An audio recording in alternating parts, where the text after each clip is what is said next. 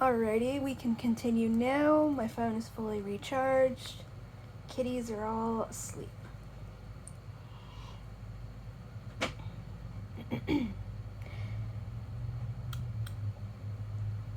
The fault cannot be laid to Captain D. Yun's saboteurs. It must be laid squarely at our own doorstep, gentlemen. For some reason which I would like to know, we have simply not been able to keep up. We are not the technicians our fathers were, and careful study will show that they were not technicians to match their fathers, nor they their fathers before them. Slowly, but too surely, we are losing something. Why? And for the posterity, Whiff Wolf just came over to sit with me because she's an adorable little cuddle bug. Deanne breathed shallowly, straining to hear every word.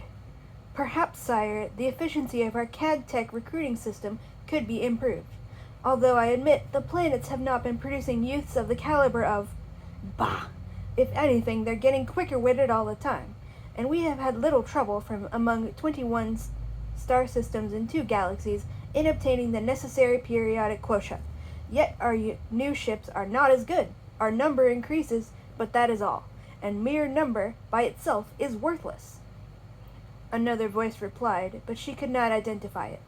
That might be traced, sire, to the poorer quality of raw materials which the planets are obliged by law to furnish us at the scheduled intervals in return for our service. That is starwash, and you know it. If anything, quality has improved since the discovery of new mining planets. I can still read records, young man. Perhaps you are not fully acquainted with the director whom you're attempting to deceive. If, sire, I may hark back for a moment to the question of sabotage. A curious chill coursed the length of Deanne's slender back. Because that's totally relevant. That was B. Hack speaking. I suggest that in this particular instance, Cap Tech, D. Yun may well be correct. I speak in light of the renegade, CAD Tech King. Prior to his capture on Titan, there is little telling to what lengths he may have gone for revenge, sire. As a 4th period CAD Tech, he knew GJ, I was pronouncing it wrong the first time. I realized it's the letters G and J, not GJ. GJ coordinates for at least 12 systems, and he knew also upon which the power of the ITA depends, technical efficiency. If that were to be flagrantly misrepresented through such sabotage, ITA prestige and power would of course suffer, and Kane's thirst for revenge slaked. I think perhaps it is of paramount importance that we seek to discover where he might strike next, if, that is, he survived the disintegration of Titan. A murmur went up, grew noisier, and Deanne felt herself holding her breath. Then there was her uncle's voice again. You use the word power strangely, Magtech. Not at all strangely, sire. Our technical excellence has made planets completely dependent upon us. You may say that it is not revenge we seek, but only safety. You may say that if we do have power and prestige, it is only for self-protection, so that what happened to our ancestors centuries ago may never again be repeated. All these things are true, but also true is the fact that power is power. We have it, for 2 galaxies depend on us for the very life of their civilizations. It is Kane who would threaten it. To give it up, or to let it be so easily taken from us, is to make of ourselves the fools that Kane so confidently assumes us to be. Centuries of work and progress hang in the balance, gentlemen. If this Kane has escaped Titan, we must find him, and if he has not, then we must undo his work. We must, in short, show these planets who hold the whip hand, first, last, and always. There was a moment of silence. Then suddenly a swelling flow of voices lifted in approval, and there was scattered applause. And it did not quiet immediately when the director Gen Tech spoke. Gentlemen, you must know that I thoroughly disapprove of the views that Magtech B. Hack has just expressed, and I am certain that, upon a moment's self-examination, you will feel as I do. I had thought often of the man Kane, and have as often wondered how close he may have been to many truths which we may have either overlooked or forgotten. However, in all fairness to the Magtech, I will call for a vote. Those in favor of the Magtech's proposal to comb the Sol system for CAD Tech Kane and to assert the prestige of the ITA will ballot yea. Those opposed will cast blank ballots. Silence then, and Deanne counted her heartbeats, though thought surely they must be loud enough now to be heard through the length and breadth of the ship. The ballots have been counted, gentlemen. The deep voice was slow and deliberate as it always was, yet it seemed somehow too slow now, too deep. Madge Tech B. Hack's proposals are approved by a majority of one vote. We will therefore begin our search immediately, and will trust that I was also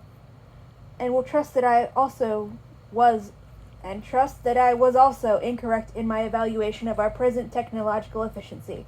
This session is now adjourned. Director Gen Tech Starn had suffered the first overruling of his long career. We have a line break, and before we get to part 7, I can't hold this comment back any longer. This man's in charge of the whole thing, and I'm supposed to believe he is upset with this and just had no idea what was going on. Why are you guys all jumpy today? Oh my gosh. A little plastic cup got knocked over and little Whiff Wolf just hissed at it and leapt to her feet. It's alright. You poor things. You're all so jumpy. Part 7. You want to sit up here with me and not on the phone? You would literally almost push the button again. You put your paw directly on the pause button. Come here. You're adorable. There were hard, stinging sensations in his face. They pierced the infinity of darkness until somewhere in it they touched his naked nerves, and the darkness receded slowly and became a blinding light. Can you lay down, please? A space-suited figure was standing over him, and it held the limp form of an empty suit in one hand and a hand weapon in the other, and the weapon was extended toward him, butt first. He could see the hard, beetle-browed face behind the sealed face piece of the helmet. The mouth was moving rapidly, but he could not hear. John's head hurt, and the pain spread throughout his body when he moved to get his feet beneath him, stood up. Subconsciously, he knew he was aboard a ship in space. There was a subtle, rippling vibration so familiar to any man with space legs, and there was a smell of pumped atmosphere and the curious feeling of artificial gravity. He tried to think even as he took the suit shoved into his arms by the man who had brought him back to consciousness, and began climbing dazedly into it. A suit, inside a ship in which the atmosphere was perfectly breathable? A ship? Tinker! No ITA craft, even the newest, had such thick-looking bulkheads, or was equipped with suits of such peculiar design. Oh, there's a little coffin beetle on my arm. Alright. I don't know why they're called that. No ITA craft, even the newest, had such thick-looking bulkheads or was equipped with suits of such peculiar design. Hard to get into the thing. Nothing was in its right place. But if not an ITA craft, then... But that was not possible. He had no sooner gotten the helmet adjusted than the radiophones in it crackled. Snap it up, get that faceplate sealed. Here, you can't step on the... Scoot your little butt. Thank you. He had taken care of the faceplate, and now the curiously fashioned hand weapon was pushed into his right hand. What? There's a 100 tankers out fumbling around with a Project AA. Things are letting up on the planets, but they still haven't got the damn thing fixed the way it should be. Found us, though. Us? His tongue was still thick in his mouth, and it was difficult to talk or even think of words to say. You'll find out about us later, but in about a minute more they'll be in range, and those space cannons of theirs will be wailing away at us for all they're worth. They'd be dead ducks if this bucket was equipped the way it should be. The man cursed. But there's not enough E-blasters to go around yet, or R-drives either, and that's why we're going to be a big sieve in less time than it takes to tell it. I suppose it ain't your fault. My fault? Last I knew... Sorry if I slugged you too hard, but the boss said to be sure. Be sure, he says, and he sends us out in one of the first tanks we made instead of one of the new jobs. Sometimes No escape craft? No... You kidding? We sit here and take it. We could take to the ports, but the power packs on these suits are no match for those space tenders of theirs. They'd pick us up sure. Me, I'd die 10 times first. John tried to assimilate the information, tried to take it all in, even as he struggled to gain back his full consciousness. Mind telling me where we are? Where we're headed? Why in hell I was shanghaied? Right now, about 2.6 spherical northwest of Jupiter, minus about 12 to the ecliptic. Where we're headed you'll find out if we live through this. And no, you weren't shanghaied. Not all the way, anyway. You didn't think that alarm system stayed quiet all by itself, did you? Or that the jet gyro flew itself to where you found it? The boss is going to be sore. We were supposed to put the net over the two of you, so it had been too easy. Of course the quake hadn't been counted on, and that had disrupted the plan, but at least there had been a plan, and that meant that there was someone who wanted him away from the ITA.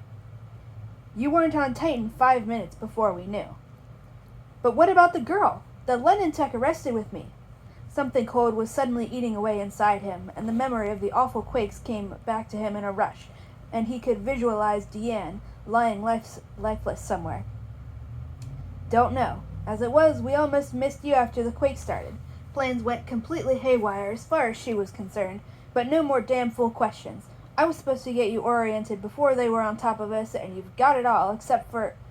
There was a sudden lurch, and John was thrown sprawling, was suddenly picked up as though by some gigantic hand and thrown bodily toward a self-sealing hatch that closed just as he crashed heavily into it. The chamber was now all but airless.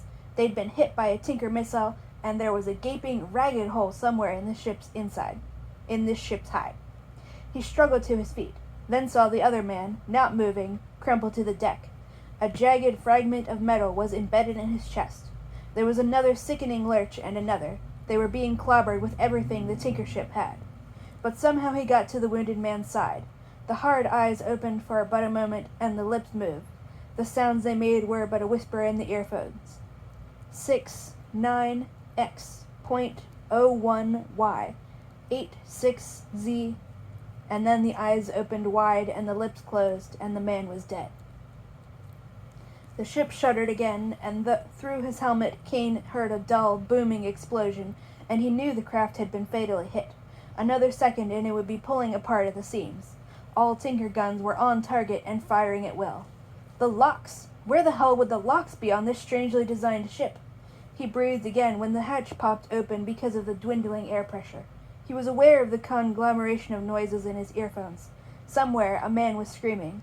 There had been men searching for the last full minute, but only now were the sounds beginning to register on his... There had been men screaming for the last full minute, but only now were the sounds beginning to register on his taut brain. Where in hell is Zetterman? Don't know. After with the guy we were sent for, I guess. Oh, God. Then he's within 20 feet of a lock if he's still alive, but he hasn't answered us. So what do you want to do? We're all that's left, and they're almost alongside. They'd get us either way. If only we could get aft that locks on the port side away from them. I don't have to help a little kitty who has her claw stuck in me. My shorts, that is. Thank you, adorable child. You're adorable. If only we could get aft that locks on the port side away from them. John let the words make sense. Port side, 23 feet away. There!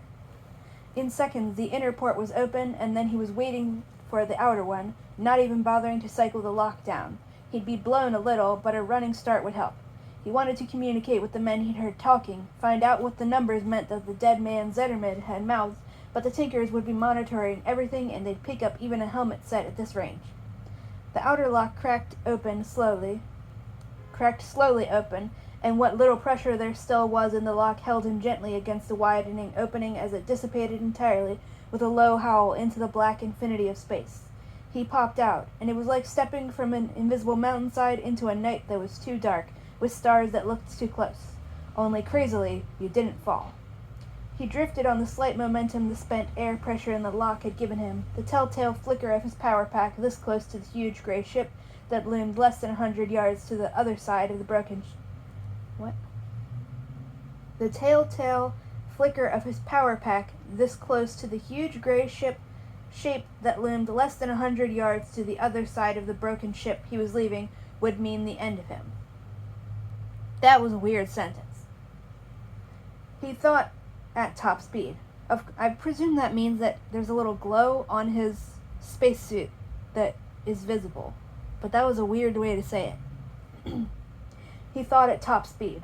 Of course their screens would pick him up, but he'd gambled that he'd be discounted as simply another chunk of wreckage smashed by the Tinker guns. Jove loomed hugely, fantastically, slightly above him. Pro tip, that's another word for Zeus and Saturn. That's where Jovian comes from, stuff like that. Soon his drift would become free fall, but he must wait until the last possible moment to use the pack.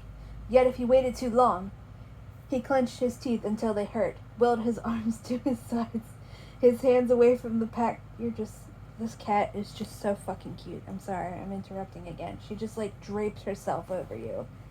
And she's not even fully in your lap yet. She's just like a walking noodle. He clenched his teeth until they hurt, willed his arms to his sides, his hands away from the pack controls.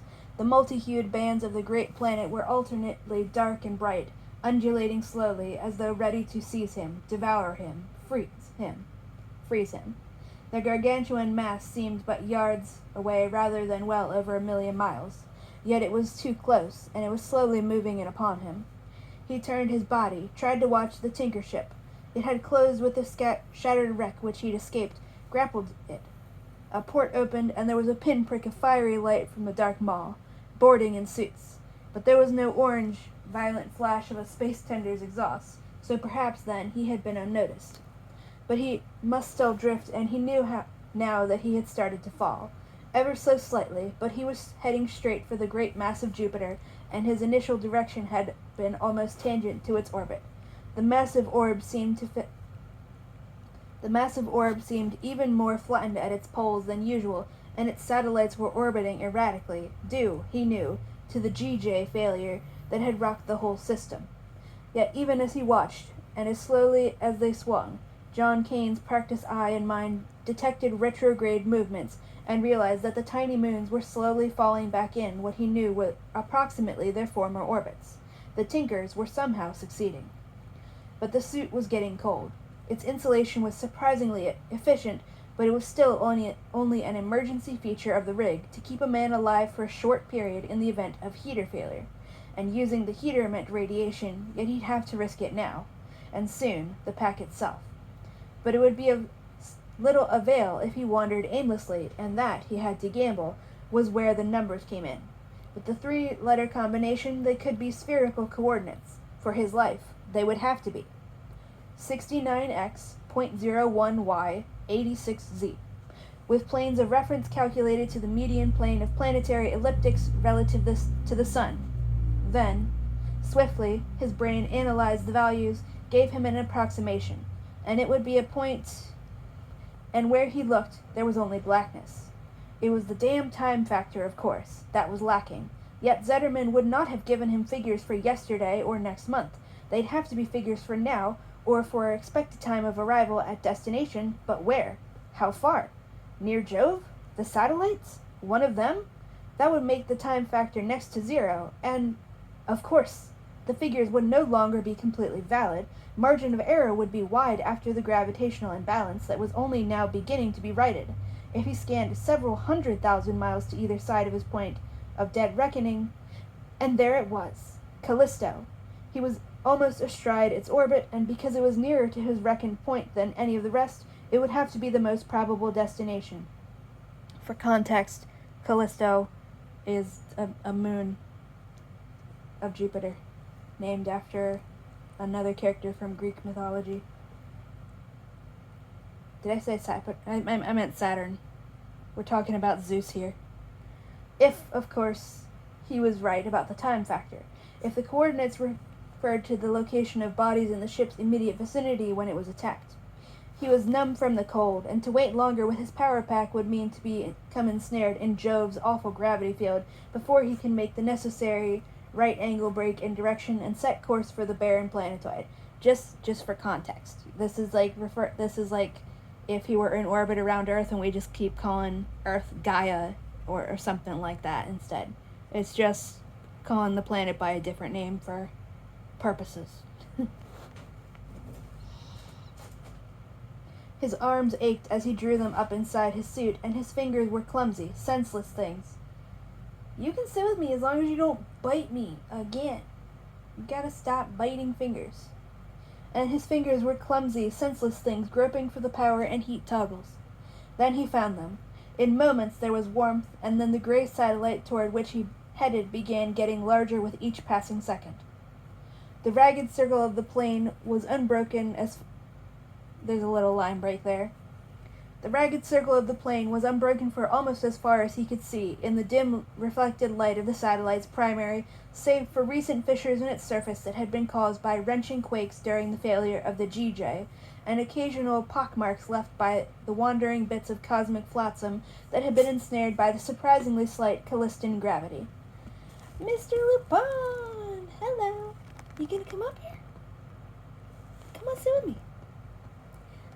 That's me inviting you up. Come here. Come here, little mermaid.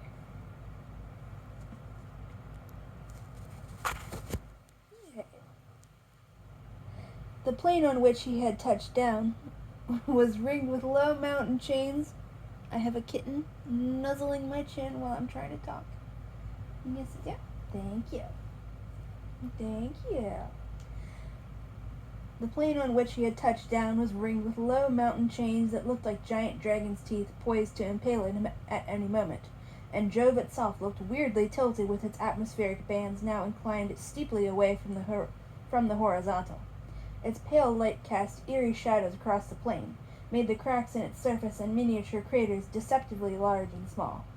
And there was no sign of human habitation, no artificial structure shown against the dark horizon, and it meant he would have to waste precious fuel, blasting in great leaps across the moon's not inconsiderable surface, looking. He was not even certain for what. If Zetterman had intended to have him find this particular one of 11 satellites, then why had he not included grid coordinates of longitude and latitude and longitude? Or had the man been about to when death intervened? Unless whatever artificial installation existed on the planet could be located with the same coordinates, it would be ingenious. Rapidly, John envisioned a standard tri-dimensional system grid in his mind's eye, applied it to the satellite upon which he stood, substituting its elliptic apparent north-south axis and solar apparent x and y equatorial axes for z, x, and y axes of the standard celestial sphere. Applying Zetterman's coordinates, then, his direction would be generally northwest to a point below the satellite's surface. You're so cute. For a moment, the thought sent his mind spinning back into confusion, and then he realized that by the standard spherical method of point determination, his chances would have been 1 in a theoretical infinity of arriving at a point exactly on the planetoid's surface. You're so cute. You can't bite my glasses. I need those.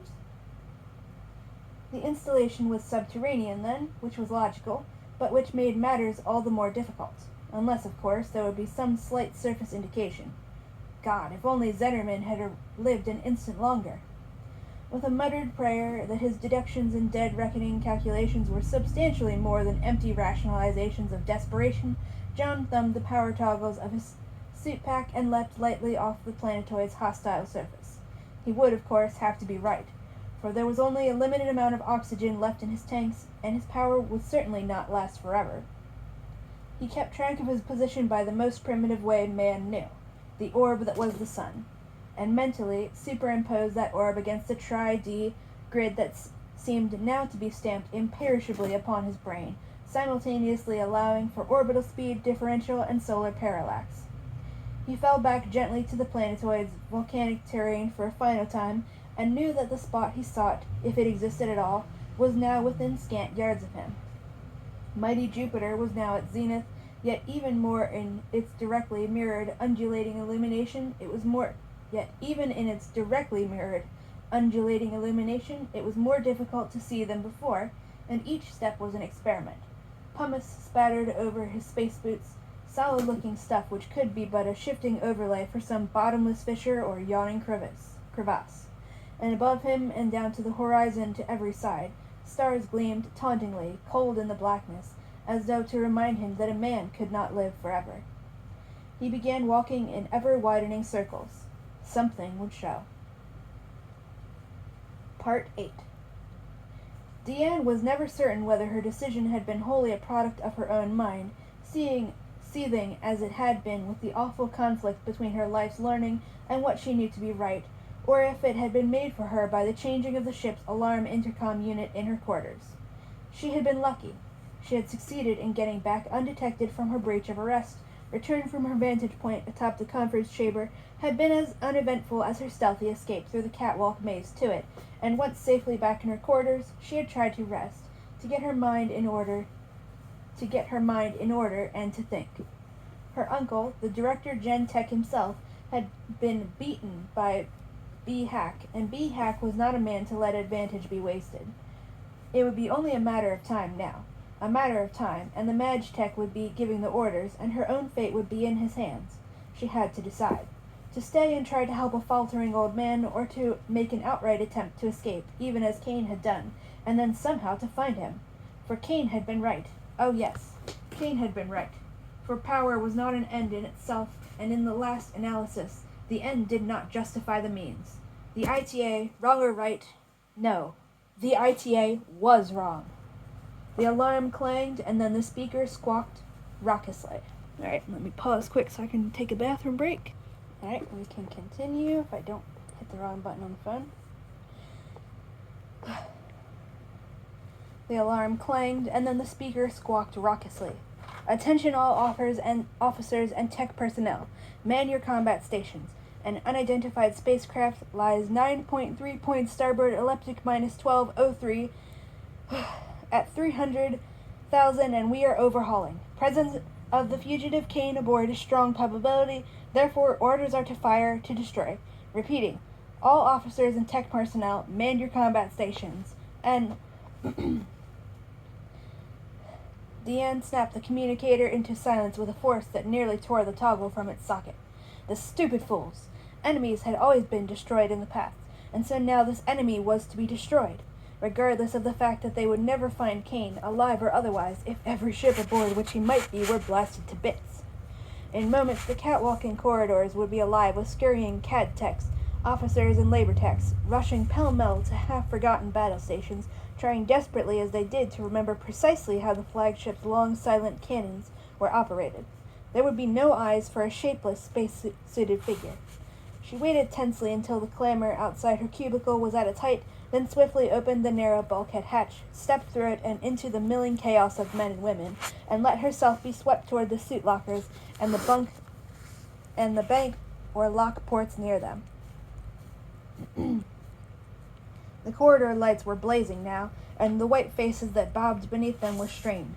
Deanne found a suit and donned it, even as the first of the craft's space cannon was fired. The deck shuddered beneath her feet, and she was nearly knocked off balance by a trio of gun techs who had not yet found their posts. But there was more order now, and she would have to hurry. The other ship must be close, for the guns had already begun firing barrages, and that was only done when the target was in naked eye view. Swiftly, she slipped into an airlock, flattened herself against a narrow bulkhead as its inner port slid shut, and remained immobile as its automatic pumps cycled down to zero pressure. Now she would wait, watch and pray that no one looked into the lock in passing. It was a crazy gamble.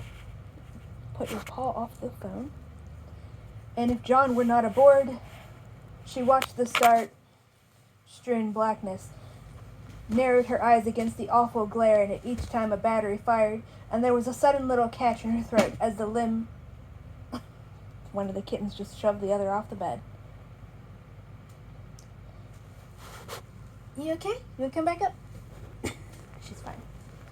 She watched the star-strewn blackness, narrowed her eyelids against the awful glare in it each time a battery fired, and there was a sudden catch in her throat as the limb of mighty Jupiter swung majestically into her field of vision. Somewhere out there, and that awful infinity.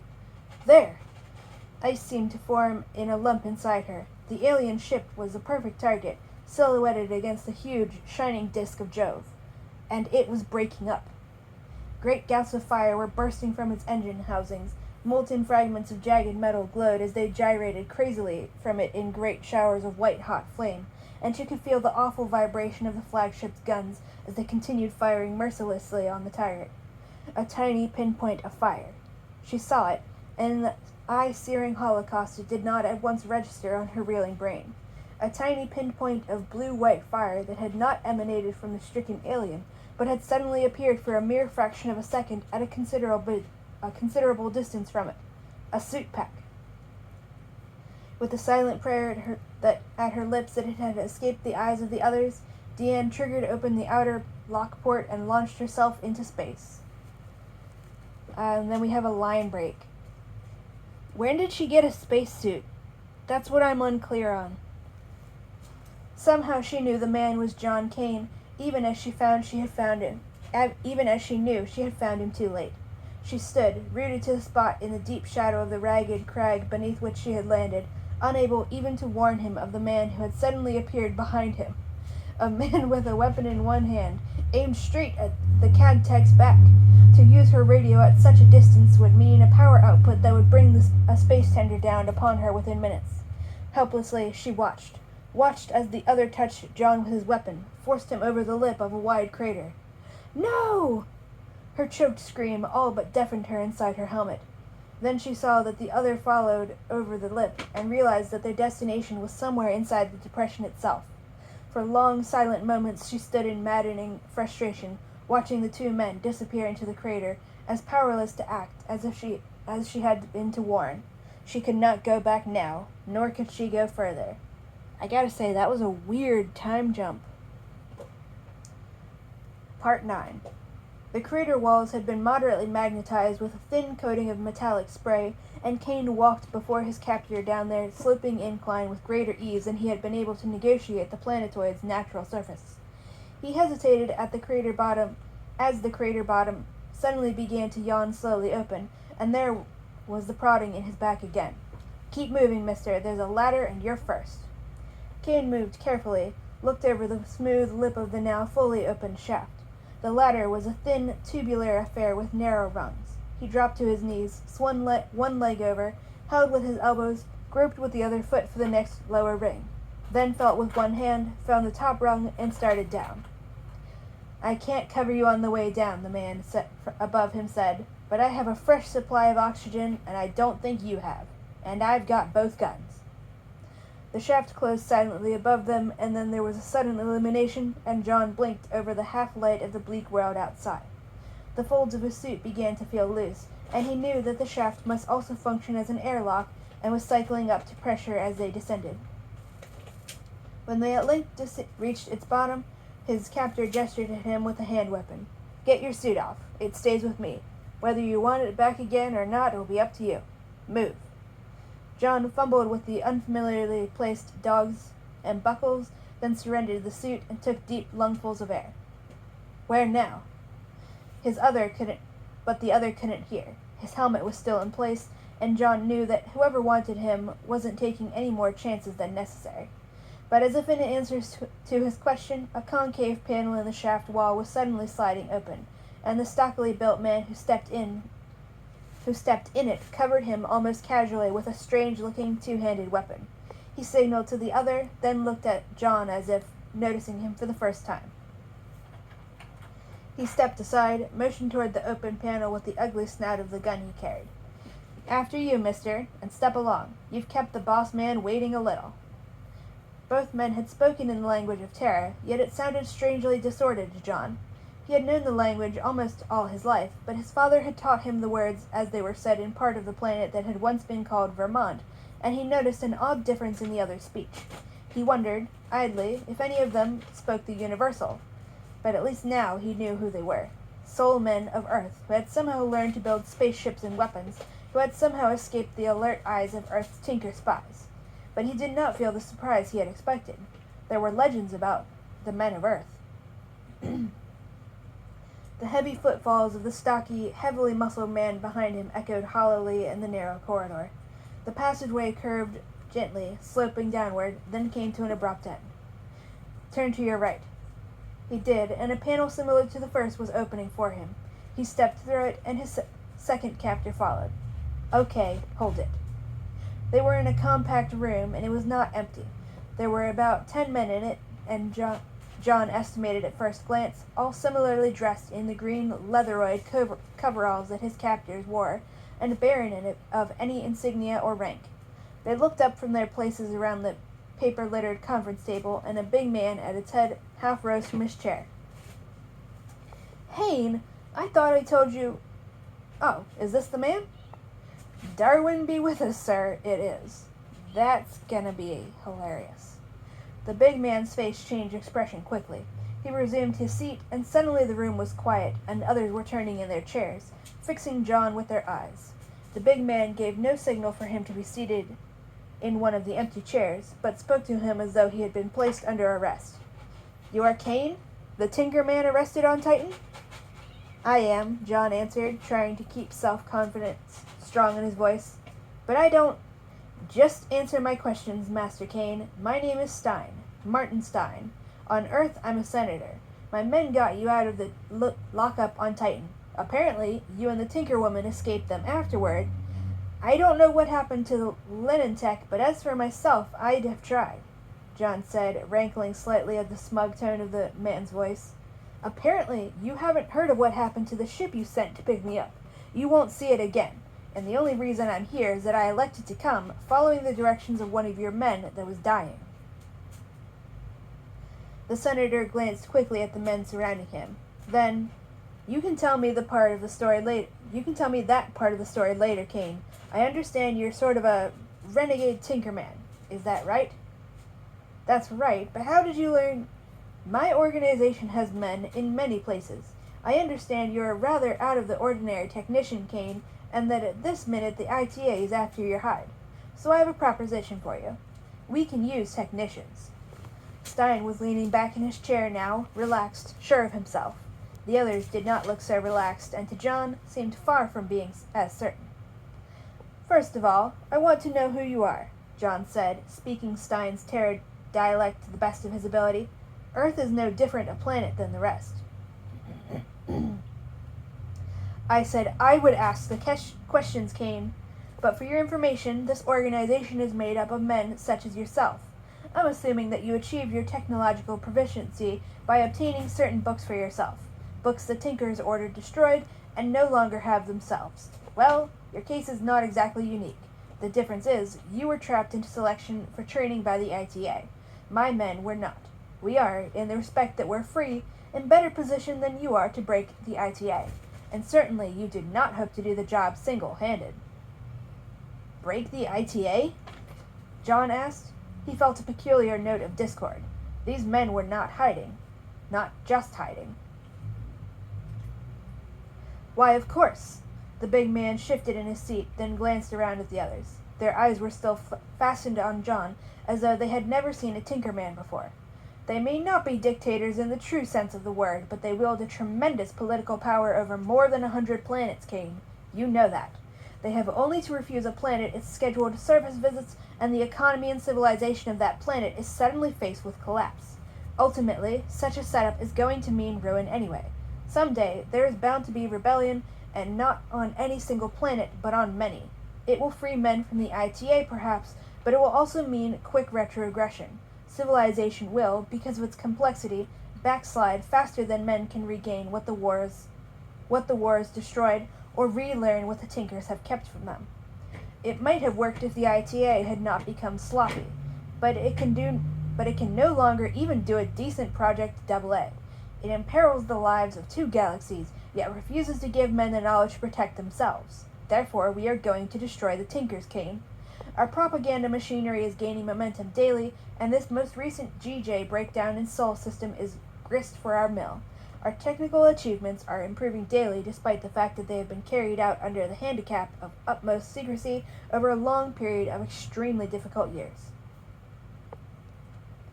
When I learned of your captivity by warp beam from Titan and was told about you and the woman was asked if I wanted you, I said yes. I spared you, Kane, and went to great trouble to obtain you, because you know the Tinkers as we could never hope to know them. And more importantly, you can handle technology far better than either we or they. Is that true? John hesitated, looked at the faces upturned to him, saw the cold bitterness in their eyes. I can make a AA good for 500 years. Just as we thought. You're dangerous to them, Kane, because for some reason you know more than they do. People would start looking to you rather than to them for their needs, and they're scared stiff you'll go around blabbing all you know, ruining their hold. Well, that is just the chance we want to give you. Help us, and later, you'll be able to name your own price. Go back to the Tinkers, and you're a dead man." The room was silent again, but their eyes were still upon him. He tried to think, tried to evaluate what the big man had said. It all seemed so logical, yet there was something wrong. There was something they did not understand, or perhaps understood too well. I agree with you about the tremendous power they hold," John said slowly. "But you're wrong about destroying them. It's true they're not the technicians they once were. They have polluted logic with belief in historical fact with legend.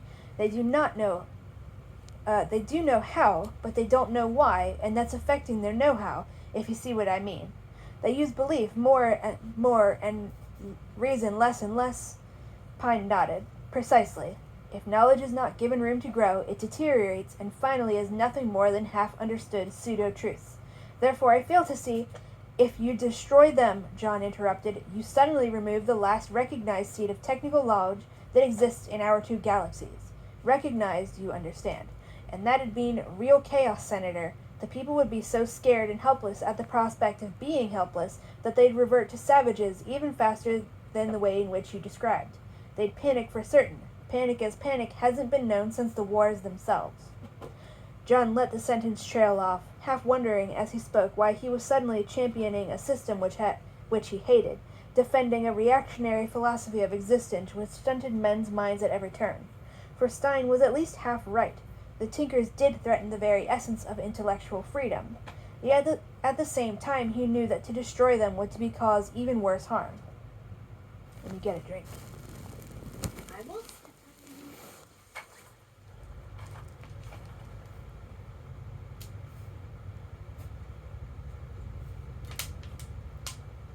Hello.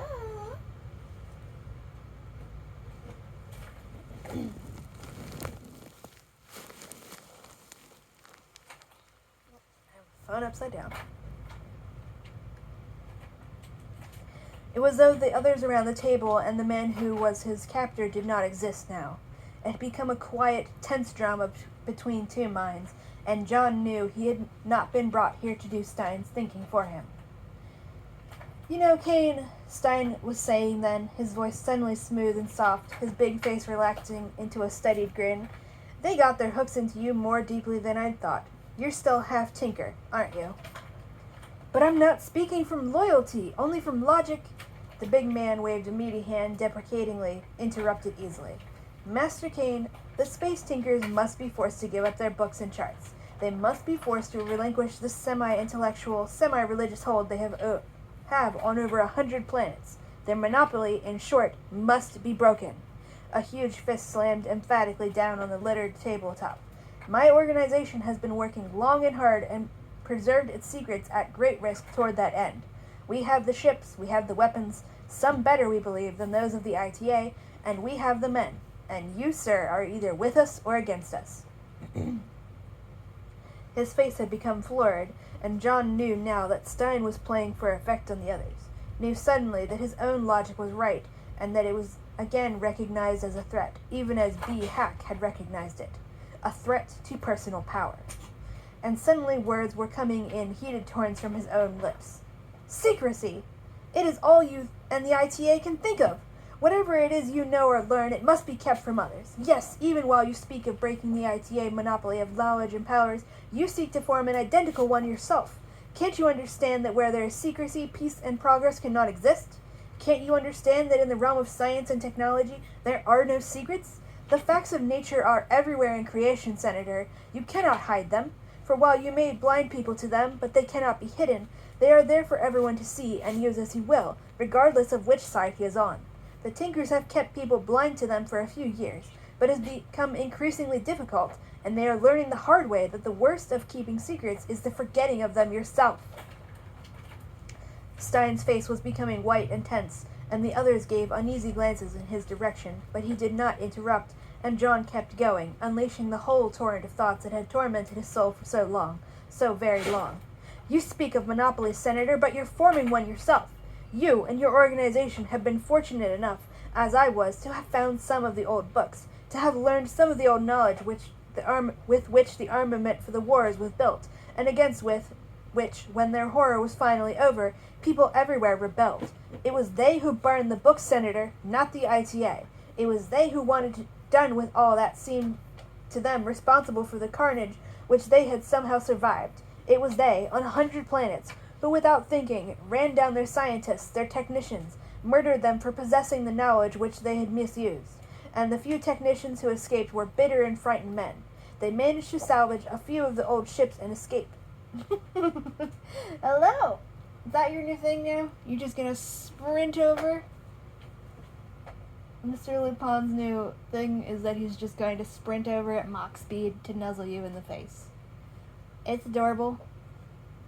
He can have that. He's alive, so he can have that as his reward for still being alive. You messed up my funky flow.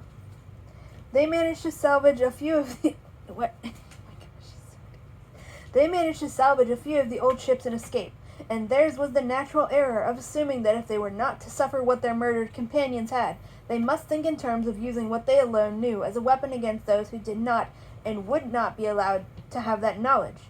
But, and listen to me, gentlemen, even as the Senator has said, if knowledge is not given room to grow, it deteriorates, and by keeping their well-guarded secrets to themselves, and trusting them only to specially selected personnel whom they recruited year after year for training from the planets so that their organization could grow more rapidly in numbers, and by keeping those secrets sacrosanct and unchallengeable, they became at length outmoded, and finally half forgotten and adulterated with pompous nonsense. And if you are to do the same, then the same will happen to you. He paused quickly for fresh breath, then plunged on headlong. The solution is not in fighting in battle, for that is what precipitated the whole stupid situation in the first place, as it always will. I told you that I could do a AA that would last 500 years, and I can. And I will do it, and I will show you how to do it, but only on the condition that your propaganda machine gives the Tinkers the entire credit for it. Master Kane, that is enough. I'm not finished yet. Can't you see the effect such a move will have? The Tinkers will be grateful, first of all, because they're in desperate straits right now. Secondly, they will realize that there is superior knowledge to their own, and that it can be a beneficial thing rather than a threat to their well-being. From that point, they might be convinced that their secrets should no longer be kept, but instead given back to the very people who once destroyed them in anger. And thirdly, the people will have new faith in the ITA and its ability, new respect for the technical knowledge which they now fear and covet so dangerously. In such a way, gentlemen, you can get civilization climbing again in such a way that the Tinkers will be eliminated, but of their own volition, because they will at length have no more to fear, and no further defensive purpose to serve. Unless, and John paused for a long breath, unless, Senator, you simply want the power the Tinkers now enjoy for yourself. Stein looked at him for a long moment, and then he smiled, but there was winter in his eyes. We all make mistakes, he said softly. Sorry. Hayne, take him away. Part 10. Stealthily, Deanne picked her way from shadow to shadow toward the smooth-walled depression, her feet scarcely touching the planetoid's riven surface in the slight gravity. Yards from it, she got to her stomach and crawled to the lip, peering over. Every muscle in her body went tense as she saw the hidden catch at the crater's bottom sliding soundlessly closed. As she had thought, the crater wall was artificially magnetized, and in a half-crouch, clinging to the deepest shadow cast by the grotesque ball of Jupiter above her, she edged her way downward. She reached the spot where the camouflaged hatch had closed and, again prone, waited. There was only the space of seconds before the round slab of metal began opening. She tensed, and with her helmet touching the ground, heard the sound of heavy footsteps climbing upward, making the hollow, clanging sound of space boots on metallic ladder rungs. A space helmet suddenly thrust itself above the opening, and for a frozen second she could see the man's face. It was not John's. There was a look of stunned surprise on it for that timeless moment, and Deanne knew, even as she moved, that it was this space between seconds or never at all. With all the strength in her body, she swung her right leg, swung the heavy toe of her space boot straight at the man's faceplate. He tried vainly to dodge, to drop downward to safety. Had Deanne waited a heartbeat longer, she would have missed. She felt a terrible impact as her boot hit squarely, shattered the thin plexiglass of the helmet, went through it to strike flesh and bone. Instinctively, her eyes went shut tight as the man inside the ruptured suit virtually exploded. But there was no time to think about what she'd done, to wonder if this was murder or the duty of warfare. The man was dead. Half in, half out of the yawning hatchway, sprawled like a bloody puppet, his weapons still in their holsters at his sides.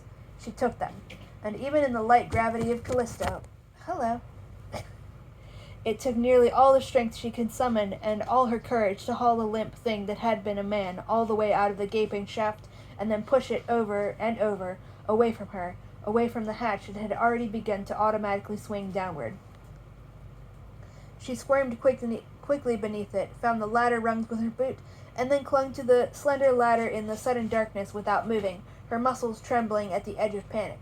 To misjudge now was to fall hideously through blackness, to certain destruction only God knew how abysmally far below. I have a question. If she didn't know who Jesus was, what God is she praying to if it's just God with a capital G? I have that question. Anyways.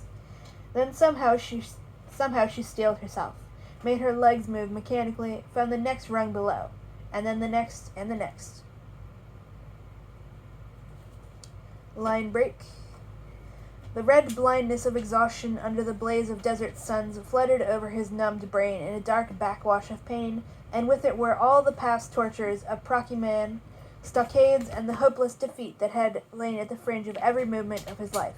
John Kane could not see and could hear only weirdly distorted sounds, for he was, if not yet dead, then close to death, and only through some freak of neural reaction, not quite beyond the threshold of consciousness. But he had not spoken, and now that power was quite lost to him. But he could still somehow feel the animal presence of his torturers, ringed tight around him yet in the tiny glaring cubicle of polished steel. There was new pain in his shattered face, and he knew it was the freezing carbon dioxide spray designed to shock him back to full consciousness. But now it was only a new pain. There was the voice of Hayne. Hurry up, get him around. If he crashes in before we get anything out of him, Stein will blow a connection. That's a man who hates to lose on an investment. Didn't invest much, didn't risk much either, if you ask me. What else was that broken down tank for good for anyway? I say kill the... Get him around and shut up. The freezing pain again, but the darkness held. New sounds. Stein. What have you been trying to do? Kill him outright? How much have you gotten? Nothing yet, sir. He's either the craziest man in the universe or the toughest, or else he doesn't know anything. Nonsense. The things this man knows can put us all in the shade, and don't you forget it. But if we don't find out just how much his people still know, or don't know, it'll be your necks as well as mine. They realize there's somebody else besides themselves in space now. The darkness seemed to be lifting a little, the numbness seemed to be thawing from his brain, and the pain became more agonizingly acute. We'll try again, sir. Never mind, there's a better use for this fellow than killing him by inches. Perhaps he places little value on his own life, but when it comes to those of a few billion people, yes, Hayne, do you think you could wreck a GJ? Wreck a... There was a sound of hoarse breathing from a half-dozen men, and John felt something stir inside him, but it was as though he were a thing disconnected from his physical body, that he no longer had power of decision over it. Let me increase the font size. It's annoying me.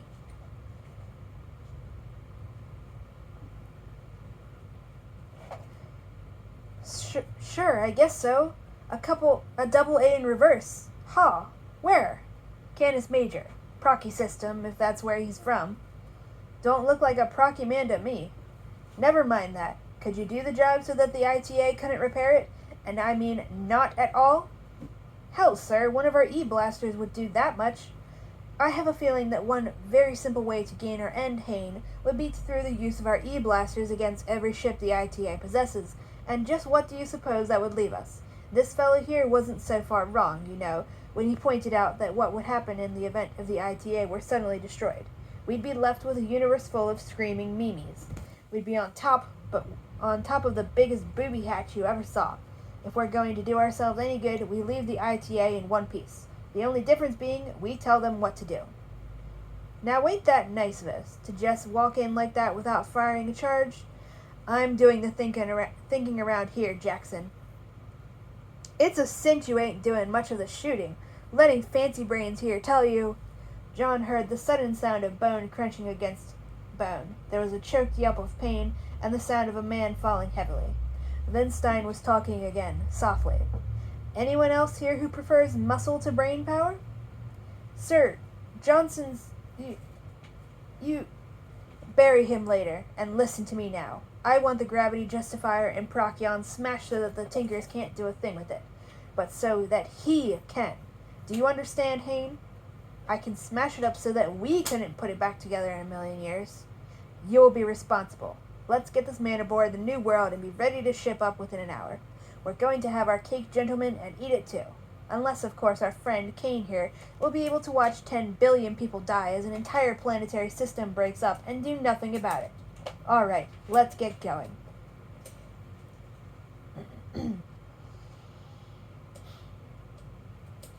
And then there was the sound of another man coming into the already crowded cubicle. Senator Stein, sir, look what we found coming down the ladder, and in a shooting mood, too. We'll need a new space rig. John! Well, the ITA hasn't lost much time. She looks a little bit white, doesn't she, Thurston, and seems to know our friend here. Gentlemen, I think things are going to work out rather well. And that was the moment that John Kane returned to full consciousness and full pain. But he kept his eyes shut, his voice silent. Okay, I'll have to record the rest of the audiobook tomorrow, because it's just making my throat hurt from talking too much. So bye-bye.